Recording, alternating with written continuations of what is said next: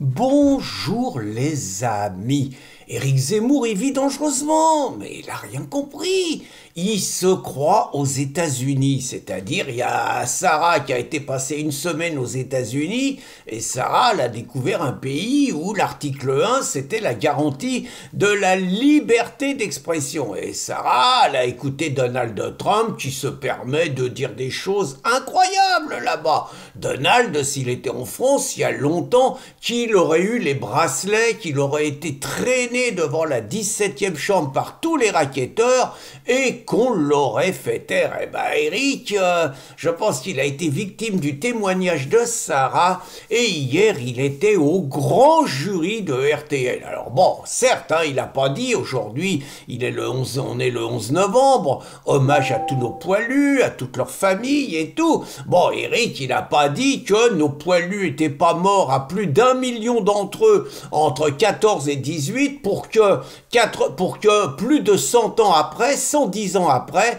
la France soit envahie par des hordes de barbares, des hordes africaines, des hordes musulmanes, et que cette invasion de la France, c'est une insulte à la mémoire de nos poilus. Il n'a pas dit ça, il n'a pas aggravé son cas, bon, ça va, mais malgré tout, il a parlé des dealers, et là, oh là, on a eu du Eric des grands jours. Il a d'abord expliqué, à juste titre, en Amérique, ceux qui tenaient les trafics de drogue, c'était les Mexicains. Et il a dit qu'en France, c'était les Maghrébins. Il a parlé de la mexicanisation de la France et de l'islamisation de la France. Donc il a dit que c'était les Maghrébins et il a dit que c'était l'alliance de la Kalachnikov et du Coran. Non mais vous vous rendez compte, le milliard 500 000 musulmans qu'il y a dans le monde, le milliard 500 millions de musulmans qu'il y a dans le monde, l'insulte, comment les pauvres,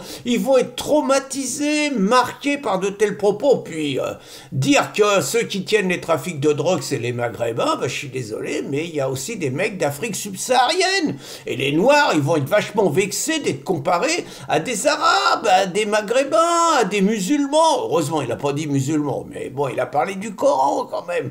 Donc les Noirs, ils vont être vexés, ils vont dire, attendez, on n'a rien à voir avec les Maghrébins, nous on est des blacos, quoi. Donc j'ai peur qu'ils soient également mis du monde à dos. Et puis alors il y en a un qui est pas content du tout, c'est mon Jean-Luc. Jean-Luc, il a dit qu'il supportait plus les propos islamophobes d'Éric Zemmour. Et Jean-Luc, il a fait un infarctus hier. Quand il a entendu les propos d'Éric et il a entendu qu'on attaquait le Coran, le cœur, il a pas résisté.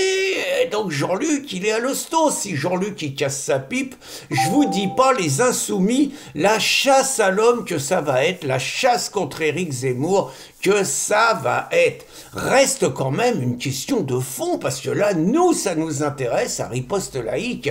Est-ce qu'en France, est-ce que dans la France des lois Pleven, est-ce que dans la France des lois Guesso, est-ce que dans la France des lois Taubira, est-ce qu'on a le droit de faire un rapport entre le Coran, qui est un livre religieux rempli de paix, rempli de bienveillance, rempli d'amour, est-ce qu'on peut amalgamer donc le Coran, un livre religieux sacré, au trafic de drogue, au coup de Kalachnikov, et de dire que finalement c'est les imams qui sont en dessous les trafics de drogue et que ça roule ensemble pour islamiser la France. J'avoue que j'attends avec impatience les heures qui suivent, parce que inutile de vous dire que s'il n'y a pas de plainte de déposer contre Éric Zemmour, ça veut dire que alors là, les racketteurs de l'antiracisme, ils font plus leur boulot. Ils sont pourtant payés pour ça, les mecs. Ils sont payés pour empêcher les Français, et pour empêcher notamment des Éric Zemmour, mais aussi nous,